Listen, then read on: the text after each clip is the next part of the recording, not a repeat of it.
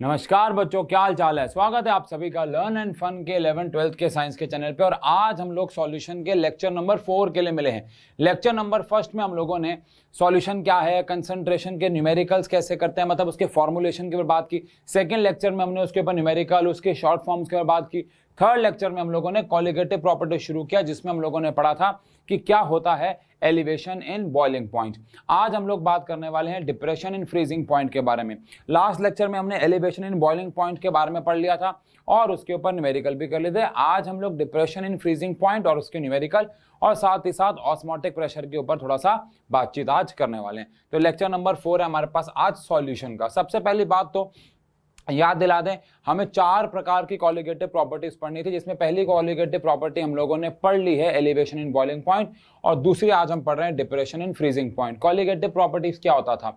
ऐसी प्रॉपर्टी जो number of particles of solute पे डिपेंड करते थे, उसके नेचर पे नहीं, उसको हम लोगों ने बोला था कॉलिगेटिव प्रॉपर्टी। जिसमें से बॉइलिंग पॉइंट का बढ़ना, ये हम पढ़ चुके थे जब हमने एक वॉलेटाइल सब्सटेंस के अंदर, एक वॉलेटाइल सॉल्वेंट के अंदर एक नॉन वॉलेटाइल नॉन इलेक्ट्रोलाइट अभी फिलहाल डाला था।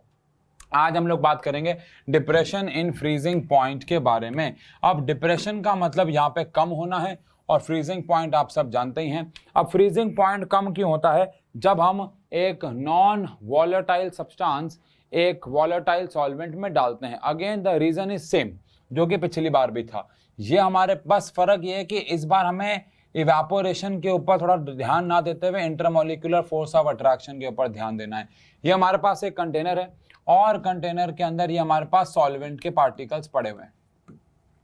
ये हमारे पास सॉल्वेंट के पार्टिकल्स पड़े हुए हैं, ये हमारे पास सॉल्वेंट है। डन है जी।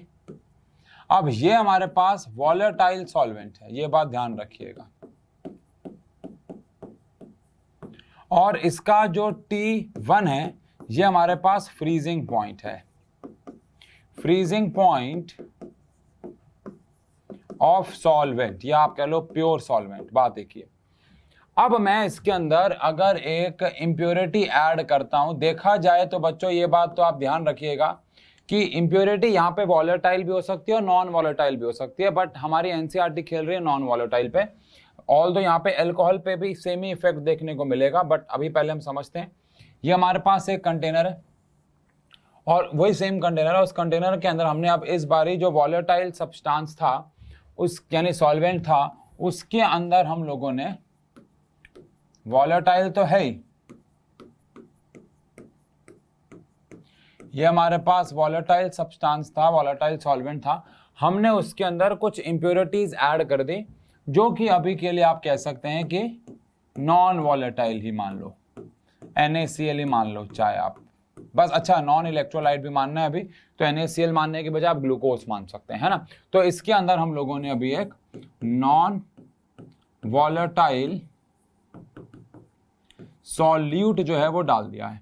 अब सवाल सिर्फ इतना है कि फ्रीजिंग पॉइंट बढ़ जाएगा या कम हो जाएगा।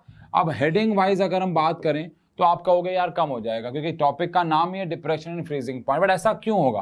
पहले बात तो T2 है हमारे पास फ्रीजिंग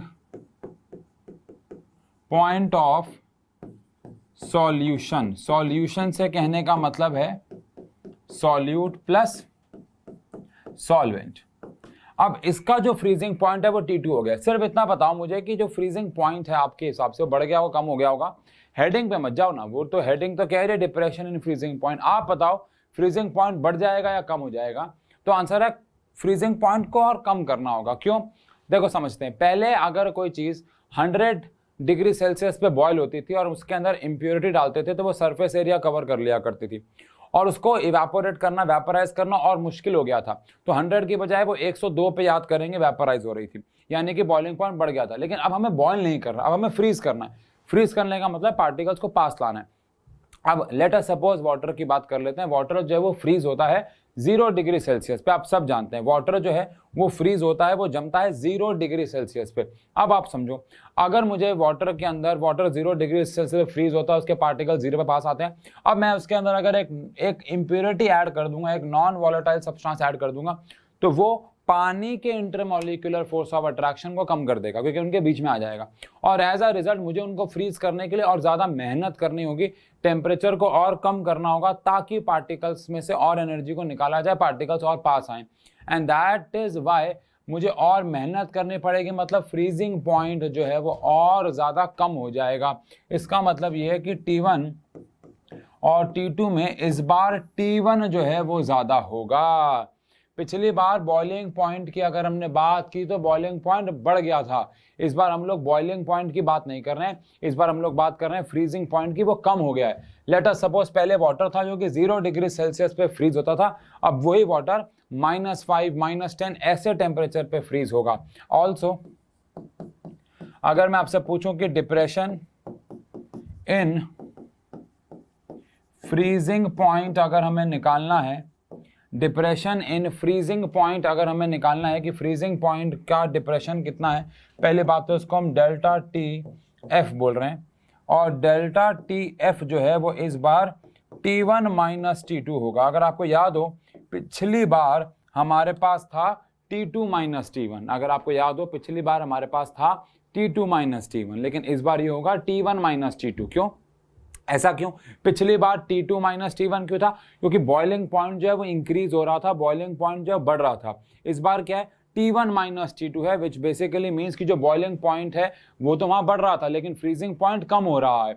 और हमेशा हमें डेल्टा TF या चेंज अगर हम पॉजिटिव में निकालना है तो बड़े में तो छोटा माइनस करना है, तो T1 माइनस T2 करें। न्यूमेरिकल्स में अक्सर बच्चे उनको आदत हो जाती है कि वो डेल्टा TB की तरह T2 माइनस T1 यहाँ पे भी कर देते हैं, जिससे कि आंसर में नेगेटिव पॉजिटिव का फर्क आ जाएगा और चीज़ें गलत हो जाएंगी। तो ये ध्यान देना है कि डेल्टा TB तो T2 माइनस T1 था, लेकिन डेल्टा TF जो है वो T1 माइनस T2 है। अच्छा, ऑल्सो चलो अब आप मुझे बताओ, मान लेते हैं नॉन वॉलेटाइल सब्सटेंस डालने पे इसका फ्रीजिंग पॉइंट कम हुआ और 0 डिग्री वाटर है अगर मान लो, तो 0 डिग्री सेल्सियस से वो हो गया लेट अस सपोज -2। लेकिन -2 कब हुआ? जब मैंने उसके अंदर 1 चम्मच क्या डाला, नमक डाला, या 1 चम्मच ग्लूकोज डाला। अगर मैंने 1 चम्मच के बजाय 2 चम्मच डाला होता, लेट अस सपोज मैंने उसके अंदर 1 चम्मच की बजाय 2 चम्मच डाला होता, तो क्या ऐसा कहना ठीक है कि फ्रीजिंग पॉइंट में डिप्रेशन और कम आता? क्या ऐसा कहना ठीक होगा कि फ्रीजिंग पॉइंट में जो डिप्रेशन है वो और कम आएगा? यस और नो? जितना ज्यादा नॉन वॉलेटाइल सब्सटेंस होगा, जितनी ज्यादा उसके अंदर इम्प्योरिटीज होंगी, उतना ज्यादा फ्रीजिंग पॉइंट में कमी आएगी, बिकॉज उतने ज्यादा पार्टिकल उसके बीच में आके बैठेंगे, उतना फ्रीज करना मुश्किल होगा। तो क्या ऐसा कहना ठीक है कि जो डेल्टा TF है वो डायरेक्टली प्रोपोर्शनल है कंसंट्रेशन ऑफ सॉल्यूट की इन सॉल्यूशन? जैसा कि पिछली बार डेल्टा TB में भी हुआ था, तो यहाँ पे भी सेम इफेक्ट मिलेगा। तो क्या ऐसा कहना ठीक है कि डेल्टा TF जो है वो डायरेक्टली प्रोपोर्शनल है कंसंट्रेशन के? तो कंसंट्रेशन कौन सी ले रहे हैं?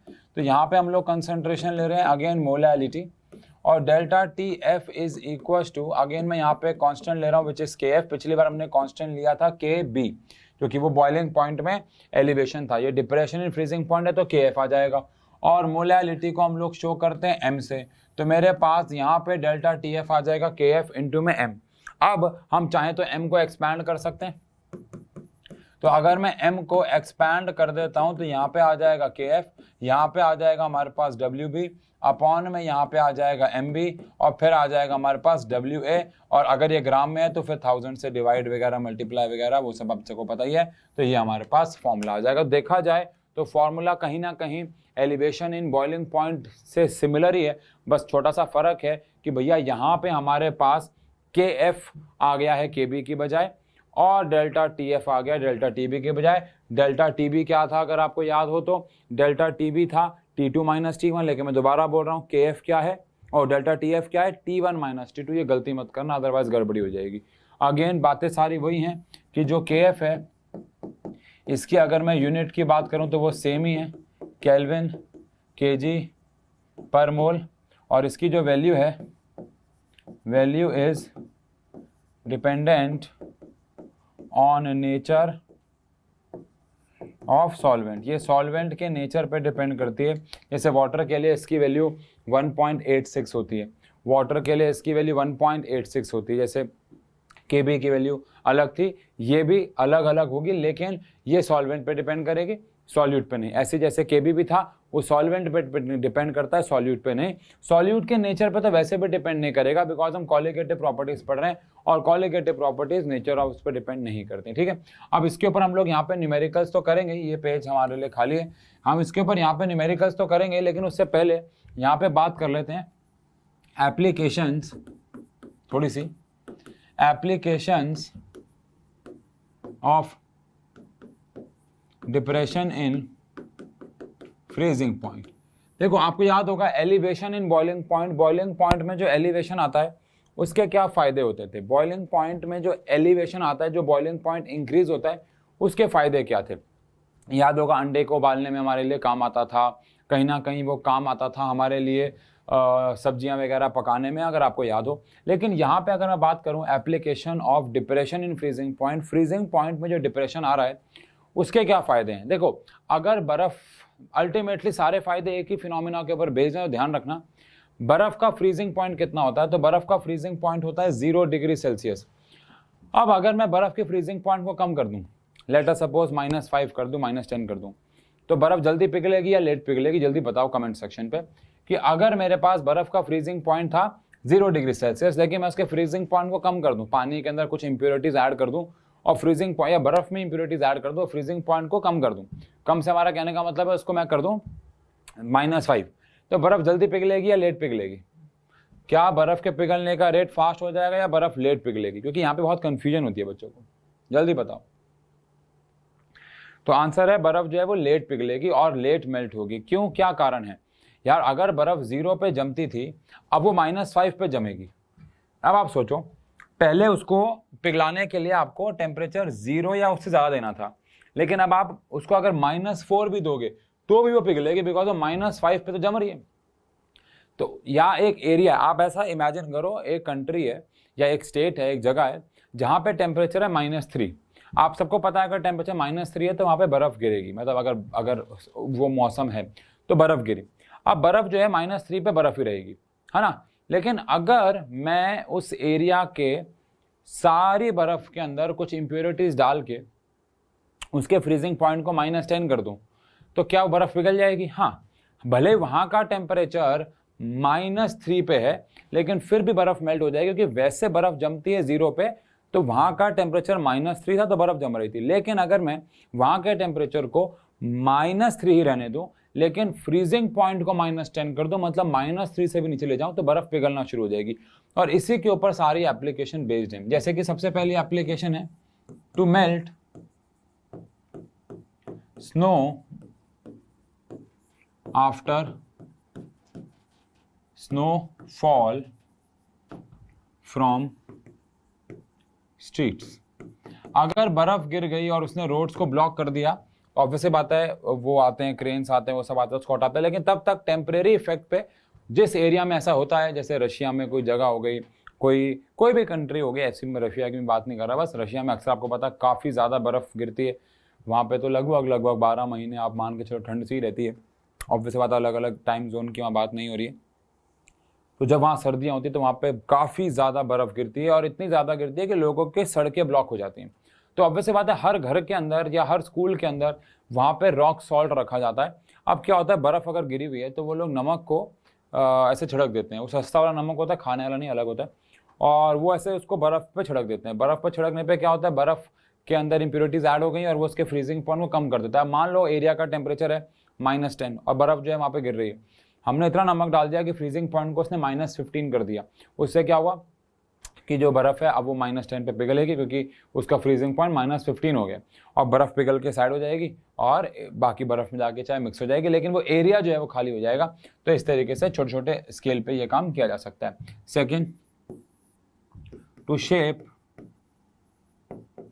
Ice into desired figure. अब क्या होता है, जैसे कि आपने शायद देखा हो आइस फेस्टिवल्स होते हैं किसी जगहों पे, वहाँ पे क्या करते हैं, बर्फ़ को मनचाही शेप दे देते हैं, और वो कह देते हैं, हाथ में ग्लव्स पहनते हैं, उसमें नमक लगा देते हैं और उसको रगड़ते हैं। अब नमक लगेगा तो बर्फ़ जल्दी मेल्ट होगी, जल्दी पिघलेगी, और उस एरिया से आप उसको मनचाही शेप दे सकते हो। अब अगर आप बर्फ़ को वैसे पिघलाने बैठोगे, हाथ की गर्मी से तो बहुत ज़्यादा डिफिकल्ट हो जाएगा, तो हाथ में नमक लेके उसको मनचाही शेप वगैरह दे देते हैं, ये बहुत इफेक्टिव होता है, ठीक है जी। या फिर टू मेक, ये सबसे इंपॉर्टेंट है, to make anti freezing solutions. To make anti freezing solutions का मतलब क्या हो, सर समझे। अब यार देखो, आप सबको पता होगा हमारी गाड़ियों में कूलेंट नाम की चीज़ जलती है, शायद आपको पता हो। अब कूलेंट जो होता है वो, उसमें काफ़ी हद तक पानी होता है, और कई लोग तो आपको शायद पता होगा कूलेंट की जगह पे पानी का ही इस्तेमाल कर लेते हैं। जब हमारी गाड़ियों में कूलेंट खत्म हो जाता है तो हमारे दिल्ली में तो या बहुत सारी जगहों पे क्या होता है, दे यूज़ वाटर, वो पानी का इस्तेमाल कर लेते हैं। अब मान लो आपने अपने कूलेंट के अंदर पानी का इस्तेमाल किया हुआ है और नॉर्मल कूलेंट भी इस्तेमाल किया हुआ है, तो भी उसमें काफ़ी पानी होता है। अब आप इस गाड़ी को एक हिली एरिया में ले गए, एक ऐसे एरिया में ले गए जहाँ पे काफ़ी ज़्यादा ठंड है, टेम्परेचर 0 के नीचे है। अब जब तक गाड़ी चल रही है, गाड़ी गर्म रहेगी, कोई प्रॉब्लम नहीं है, लेकिन जैसे आपने क्या किया, गाड़ी जो है वो बंद कर दी, और गाड़ी बंद करने के बाद जब आप एक होटल में रुक गए और रात को वहाँ बर्फ़ गिरी, टेम्परेचर माइनस में पहुँच गया, तो क्या आपकी गाड़ी के उस एरिया में जहाँ पे आपने कूलेंट डाला हुआ है और इंजन के आसपास जहाँ पे वो वर्क करता है, क्या वो सारा का सारा कूलेंट जम जाएगा, वाटर जम जाएगा? आंसर है यस। अगले दिन जब आप गाड़ी ऑन करोगे तो वो इतना ज़्यादा ठंडा हो चुका है उस बर्फ़ के जमने की वजह से, उसके आसपास या उसने पाइप वगैरह सब कुछ ब्लॉक कर दिए, सिलेंडर ब्लॉक कर दिए, जो भी है, जिसकी वजह से गाड़ी स्टार्ट नहीं होगी, और ये तो बड़ी प्रॉब्लम हो जाएगी। अब इन दैट केस वैसे तो बहुत सारे ऑप्शंस होते हैं, वहाँ के मैकेनिक जानते हैं करना, बट अगर आपको इसे रोकना है तो उसी एरियाज़ में, ऐसे एरियाज़ में एंटी फ्रीजिंग सॉल्यूशंस मिलते हैं जो उन्हें फ्रीज नहीं होने देते हैं, जो उनको फ्रीज ही नहीं होने देंगे। अब फ्रीज नहीं होने देंगे ना, क्योंकि वो उसके फ्रीजिंग पॉइंट को कम कर देंगे। अब आप एक बात सोचो, एक प्रैक्टिकल बात सोचिएगा। मान लेते हैं आप एक ऐसे एरिया में रहते हैं जहाँ पे टेम्परेचर जो है वो -50 में रहता है, इमेजिन करा। अब -15, -20, एक ऐसे एरिया में आप रह रहे हो जहाँ का टेम्परेचर -15, -20 है या उससे भी नीचे। अब वहाँ पे जो कोल्ड ड्रिंक्स हैं, अगर वो हम लोग ऐसे खुले में भी रखेंगे तो वो तो जम जाएंगी। आप मेरी बात को समझ रहे हैं ना। और अगर कोल्ड ड्रिंक जम गई तो उससे पियोगे कैसे, मतलब ड्रिंक्स कैसे पियोगे? चाहे वाटर को इमेजिन कर लो, कोल्ड ड्रिंक को इमेजिन कर लो, जूस को इमेजिन कर लो। तो इन दैट केस कुछ कंपनीज ऐसी हैं जो अपने उन बेवरेजेस में, उन ड्रिंक्स के अंदर एंटी फ्रीजिंग सॉल्यूशन डाल देती हैं। एंटी फ्रीजिंग सॉल्यूशंस क्या होते हैं? जो उनके फ्रीजिंग पॉइंट को कम कर देते हैं। जैसे कि पानी जमता है 0 पे, अब अगर मैं उसके अंदर एंटी फ्रीजिंग सब्सटेंस डाल दूंगा तो वो -50 पे या -20 पे जमेगा। अब अगर उस एरिया का टेम्परेचर -10 है तो पानी जमेगा नहीं। कमाल है ना। तो एंटी फ्रीजिंग सॉल्यूशंस इन जगहों पे भी काम आते हैं, ऐसी जगहों पे बेवरेजेस रखने में भी काम आते हैं जहां पे टेम्परेचर माइनस में रहता है, ताकि वो जमे ना। ऑल्दो कुछ जगहों पे क्या होता है, वो लोग बेवरेजेस नॉर्मल देते हैं, जहाँ पे वो जम गए उसके बाद आप उसे घर लाते हो, गर्म पानी में थोड़ी देर रख देते हो, उसके बाद पी लेते हो। तो वो अलग अलग ऑप्शन है, बट कुछ कंपनीज, कुछ ब्रांड्स एंटी फ्रीजिंग सॉल्यूशन का इस्तेमाल करके उनको, उनके फ्रीजिंग पॉइंट को कम कर देते हैं और उनको उस लोअर टेम्परेचर पे भी जमने से जो है वो बचाते हैं। तो एंटी फ्रीजिंग सॉल्यूशंस बनाने में भी ये चीज़ें जो हैं, ये जो कंसेप्ट है डिप्रेशन ऑफ फ्रीजिंग पॉइंट, काफ़ी काम में आता है। ठीक है, अब इसके ऊपर अगर हम लोग न्यूमेरिकल्स देखें, फॉर्मूला हमारे पास ये वाला काम आने वाला है। ठीक है जी, इसके ऊपर न्यूमेरिकल देख लेते हैं। एनसीईआरटी के न्यूमेरिकल है। पहला question, 45 gram of ethylene glycol is mixed with 600 gram of water, calculate freezing point, depression and the freezing point of the solution. ठीक है, सबसे पहली बात, ए हमारे पास वाटर है, मैंने आपको बताया था सॉल्यूट सॉल्वेंट लिखना होता है, तो ए हमारे पास वाटर है, और जो बी हमारे पास है वो है इथाइलिन ग्लाइकोल यानी कि C2H6O2 is mixed with 600 gram of water, यानी कि हमारे पास जो WA है वो तो हमारे पास 600 ग्राम है, और WB भी हमें दे रखा है विच इज 45 ग्राम्स, और हम यहाँ से MB भी निकाल सकते हैं बिकॉज वी नो कि हमारा सॉल्यूट कौन है। तो C2H6O2, C2 मतलब 12 इंटू में 2 which is 24 and 6 and 16 into 2 32, so it is 24 plus 6 plus 32 which is 62 आ गया है गैस, है ना। थोड़ी मैथ संभाल लिया करो मेरी। तो ये हमारे पास आ गया MB 62 ग्राम पर मोल। अब यहाँ पे इस क्वेश्चन में ध्यान दीजिएगा, आपको KB गिवन नहीं है, KF गिवन नहीं है, लेकिन KF आपको एग्जाम में गिवन आएगा, उसकी टेंशन मत लेना। 1.86 केल्विन kg पर मोल। वैसे तो हमारे टाइम पे हमारे टीचर ने हमें एक बात कही थी कि आप KF और KB पानी के लिए तो याद ही कर लो, है ना। लेकिन मैं आपको ये कहूँगा कि अब ज़माना बहुत बदल चुका है। अब तो बच्चा एग्ज़ाम में स्पीड ऑफ लाइट तक गिवन आती है। मैं बहुत हैरान होता हूँ, अब तो एग्ज़ाम में हमें स्पीड ऑफ लाइट भी गिवन आती है, मतलब इवन स्पीड ऑफ लाइट तक वो आपको देते हैं। तो अब और क्या ही चाहिए आपको? आप सोचो, आपको एग्ज़ाम में स्पीड ऑफ लाइट तक गिवन आ रही है, एंड इन दैट केस वो तो गिवन आएगा ही आएगा, बट फिर भी यूटी हो गए, आपके कुछ प्री एनुअल एग्जाम्स हो गए, शायद उसमें ना आए, तो ऑन अ सेफर साइड पानी के लिए KF और KB आप याद कर लें। NCERT का सवाल है, आप जाके चेक कर सकते हैं, KF की वैल्यू नहीं दे रखी है बट आंसर में यूज कर रखी है। तो 1.86 केल्विन kg पर मोल। सबसे पहले हमें फ्रीजिंग पॉइंट डिप्रेशन यानी कि डेल्टा TF निकालना है, और डेल्टा TF आ गया तो फ्रीजिंग पॉइंट तो आ ही जाएगा। अब डेल्टा TF का फॉर्मूला KF इंटू में WB अपॉन में MB इंटू में WA, लेकिन ध्यान दें जो ये मास है वो ग्राम में, आप इसे kg में भी कन्वर्ट कर सकते हो, और kg में कन्वर्ट कर दोगे तो 0.6 kg आ जाएगा। अब डेल्टा TF जो हमारे पास है वो हमें निकालना है। KF हमारे पास 1.86 है, WB हमारे पास है 45 अपॉन में MB हमारे पास है 62, और अगेन WA हमारे पास है 0.6। आई होप आप इसे सॉल्व कर लेंगे और केल्विन में आंसर आ जाएगा। अब सेकंड पार्ट में आपको निकालना है उसका एक्चुअल फ्रीजिंग पॉइंट कितना हो जाएगा। आप सब जानते हैं वाटर का एक्चुअल फ्रीजिंग पॉइंट कितना होता है, 0 degree Celsius which is 273.15 kelvin. अच्छा, अब डेल्टा TF का फॉर्मूला T1 माइनस T2 या T2 माइनस T1, तो आंसर है T1 माइनस T2, ये नहीं भूलना आपको, अदरवाइज आंसर उल्टा आ जाएगा। डेल्टा TF हमारे पास आ चुका होगा, T1 हमारे पास 273.15 विच इज 0 डिग्री सेल्सियस। पानी का जो freezing point actual pure water का जो फ्रीजिंग पॉइंट होता है it is 273.15 which is 0 degree Celsius, minus में T2। तो यहाँ से हम लोग T2 की वैल्यू इतना केल्विन जो है वो कैलकुलेट कर सकते हैं, एक्चुअल फ्रीजिंग पॉइंट कितना आएगा। बहुत सिंपल सा साधारण सा सवाल है, NCERT का सवाल है और बहुत ही बेसिक है, ठीक है जी। अगेन हम यहाँ, अच्छा इसकी एक एप्लीकेशन ऑब्वियस सी बात है वो भी है जो हमने एलिवेशन इन बॉइलिंग पॉइंट की पढ़ी थी, to calculate molar mass of solute. हम सॉल्यूट का मोलर मास भी निकाल सकते हैं, जो कि देखो हमने डिप्रेशन इन फ्रीजिंग पॉइंट के बजाय एलिवेशन इन बॉइलिंग पॉइंट में भी किया था, हमने अननोन का मोलर मास निकाला था। अब जैसे कि ये वाला क्वेश्चन आ गया, यहाँ पे भी आपको सॉल्यूट का क्या कैलकुलेट करना है, मोलर मास। तो हम एलिवेशन इन बॉइलिंग पॉइंट और डिप्रेशन इन फ्रीजिंग पॉइंट दोनों की मदद से क्या कैलकुलेट कर सकते हैं, हम ये कैलकुलेट कर सकते हैं कि हमारा जो सब्सटेंस है उसका जो मोलर मास है वो क्या, अगर वो अननोन है, हम नहीं जानते कि वो कौन है। सबसे पहले क्वेश्चन को पढ़ लीजिए एक बारी जल्दी से, एक प्लान बना लीजिए दिमाग में।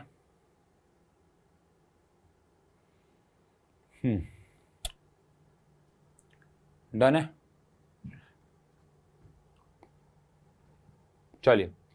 कह रहे हैं एक नॉन इलेक्ट्रोलाइट सब्सटेंस है, इसको 50 ग्राम बेंजीन में डिसॉल्व किया, तो ए हमारे पास हो गया बेंजीन, क्योंकि जिसमें डिसॉल्व किया है वो बेंजीन है, और जो बी हो गया हमारे पास वो कौन हो गया, अननोन।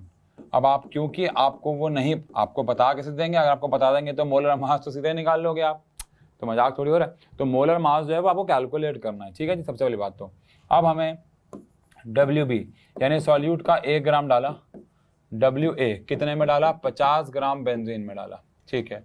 और उससे जो उनका फ्रीजिंग पॉइंट कम हुआ यानी कि डेल्टा TF 0.4 केल्विन आपको दे रखा है।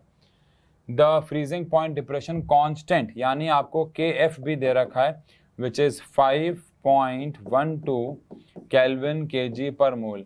आपको फ्रीजिंग पॉइंट में कमी दे रखी है 0.4 और KF की वैल्यू 5.12 दे रखी है। आपको मोलर मास यानी कि MB निकालना है। मेरे हिसाब से आपको सब कुछ दे रखा है सिवाय MB के, तो अब क्वेश्चन कुछ बचता नहीं है। कैसे, डेल्टा TF का फॉर्मूला होता है KF इंटू में WB अपॉन में MB इंटू में WA।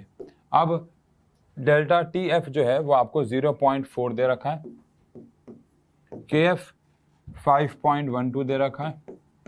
अच्छा, आप शिक्षा लें, पानी के लिए KF कितना था 1.86 और बेंजीन के लिए कितना है 5.12, और इससे कोई फर्क नहीं पड़ता कि सॉल्यूट क्या है।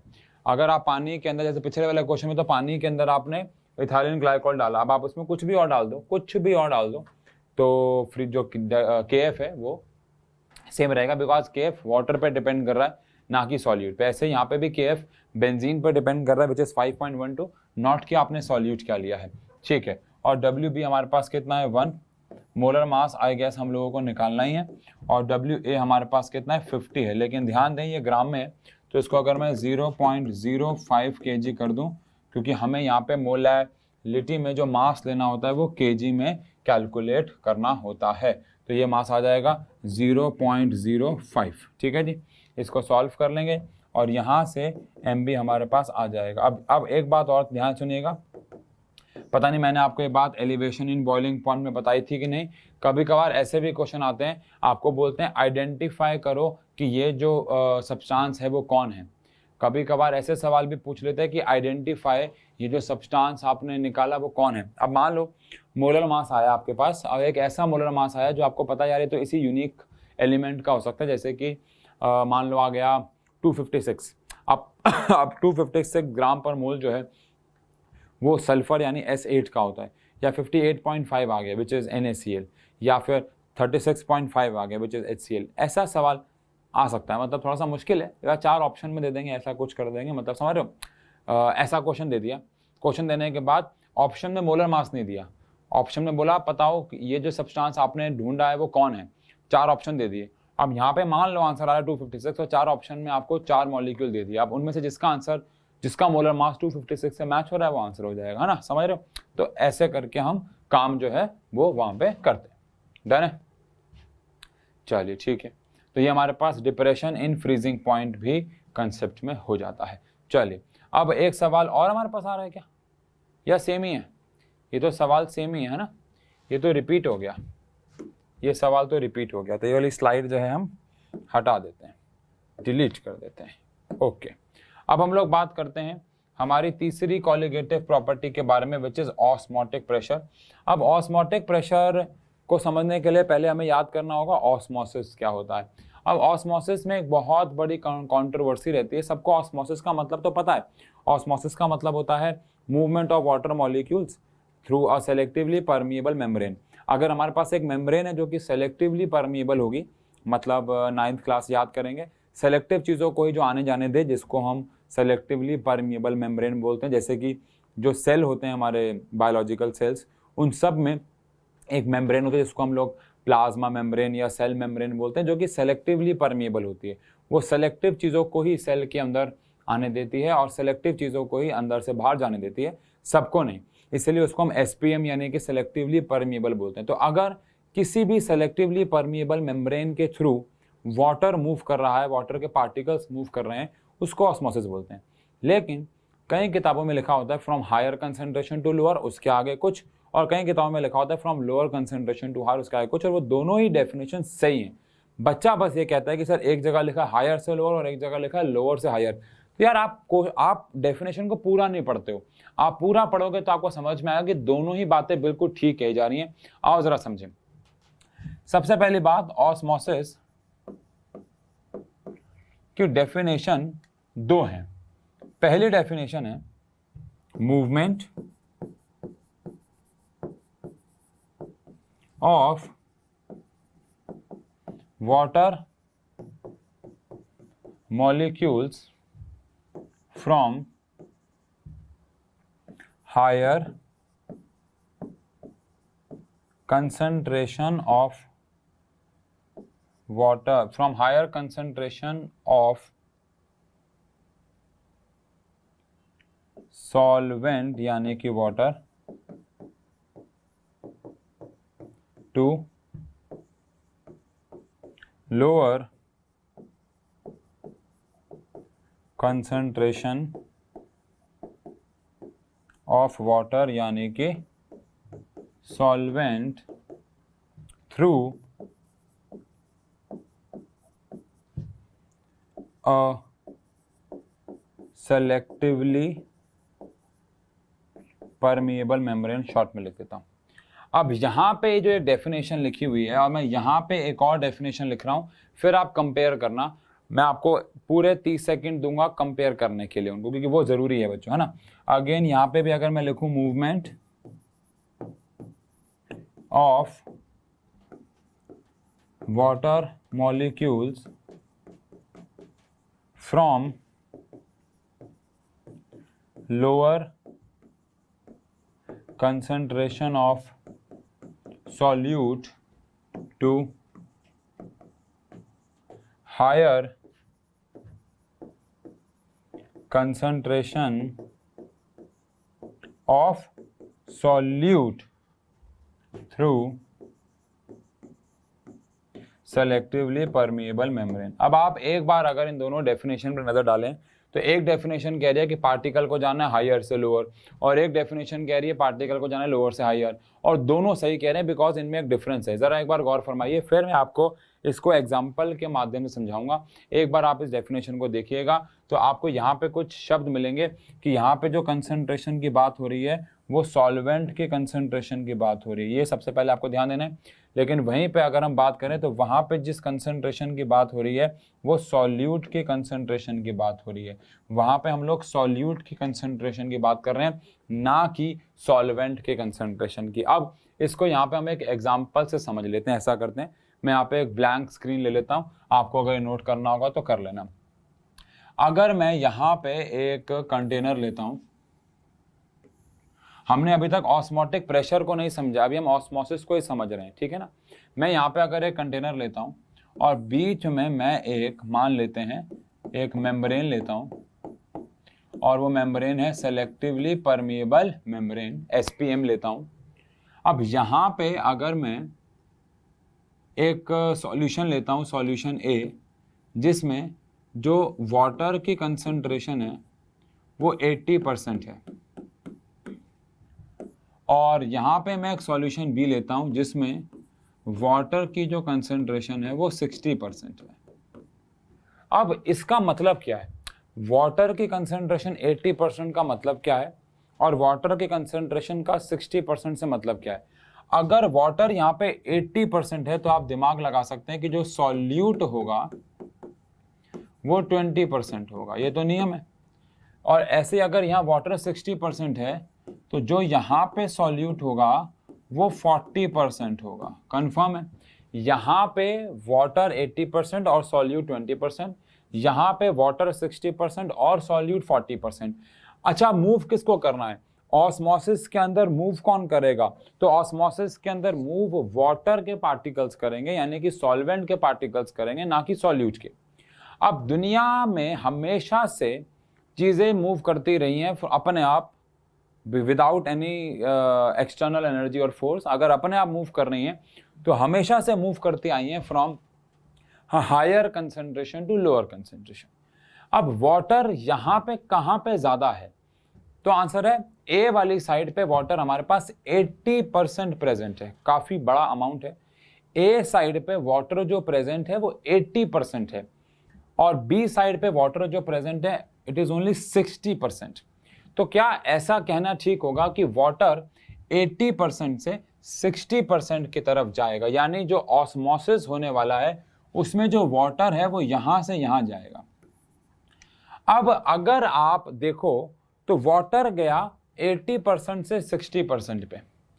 इसको ऐसे भी तो कह सकते हैं कि सॉल्यूट की कंसंट्रेशन जहां 20 थी वो वहां से 40 पे गया। यार अब तो आप अकल लगाओ, अगर वाटर ज्यादा होगा तो सॉल्यूट तो कम हो ही जाएगा ना, और अगर वाटर कम होगा तो सॉल्यूट ज्यादा हो ही जाएगा। तो अगर आप पीछे वाली जो दो डेफिनेशन की बात कर रहे थे हम, तो एक ऑस्मोसिस हमने समझा कि अगर हम सॉल्वेंट की कंसंट्रेशन के रिस्पेक्ट से बात कर रहे हैं तो वाटर 80% से 60% की तरफ जा रहा है, यानी कि फ्रॉम हायर टू लोअर जा रहा है।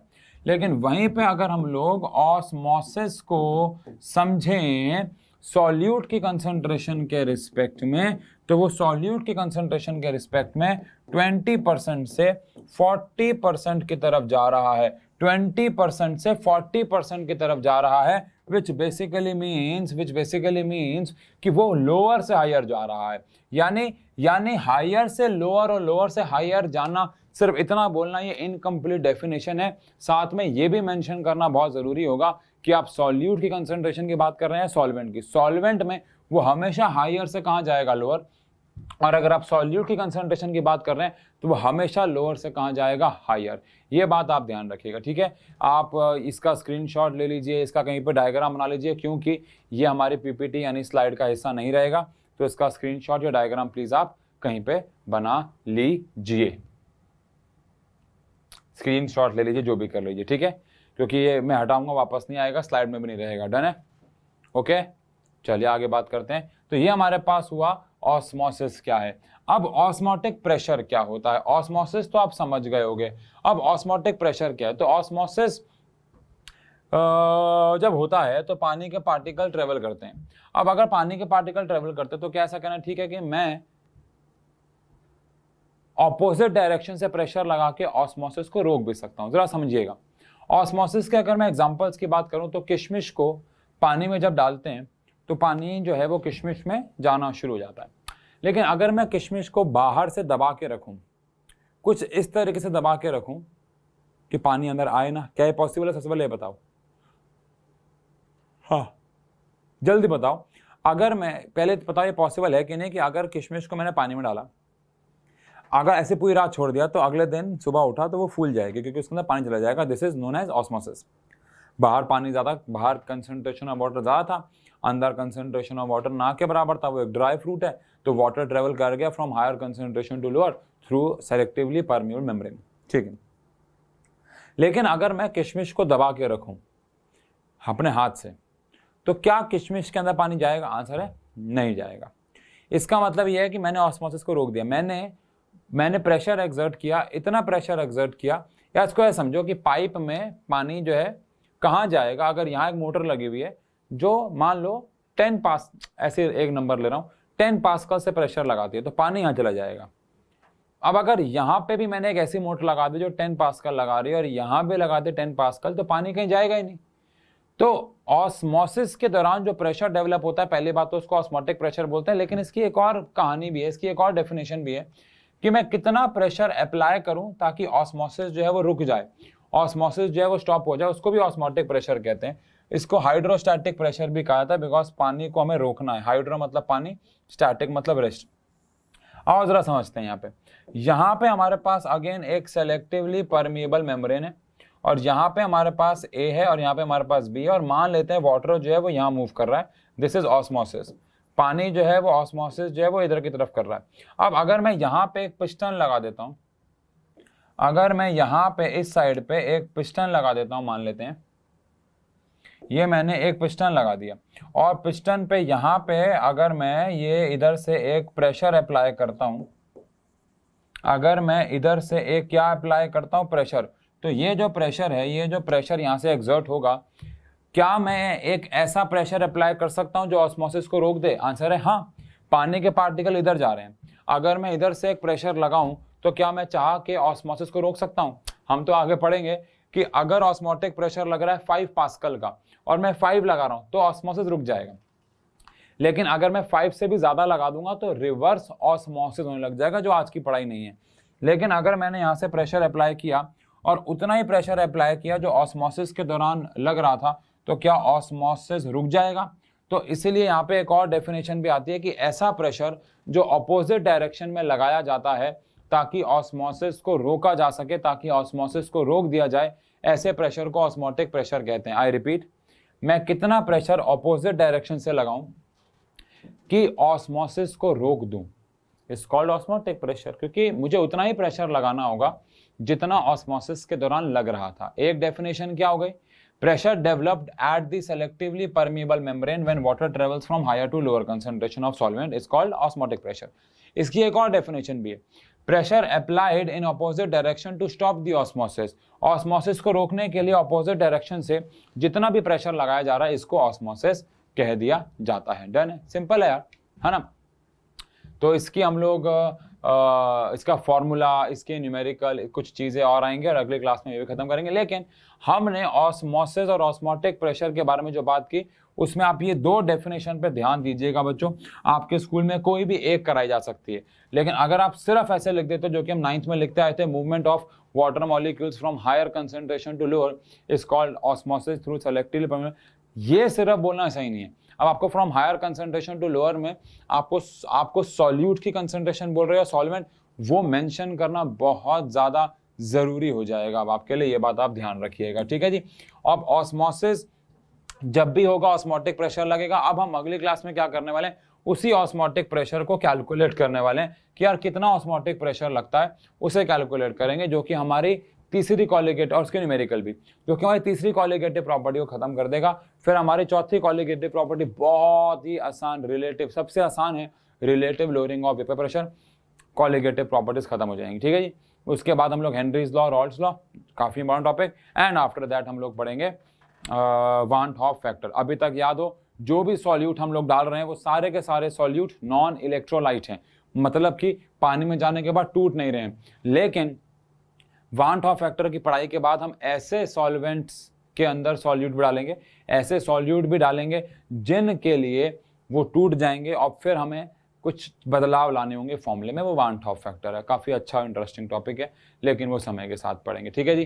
तो कोई भी सवाल हो आप लोगों का तो पूछ लीजिएगा, और अगली क्लास में हम लोग अगली कॉलिगेटिव ऑस्मोटिक प्रेशर और उसके बाद relative lowering of vapour pressure, ठीक है जी। थैंक यू सो मच, मिलते हैं, शुक्रिया, टाटा, बाय बाय, सी यू।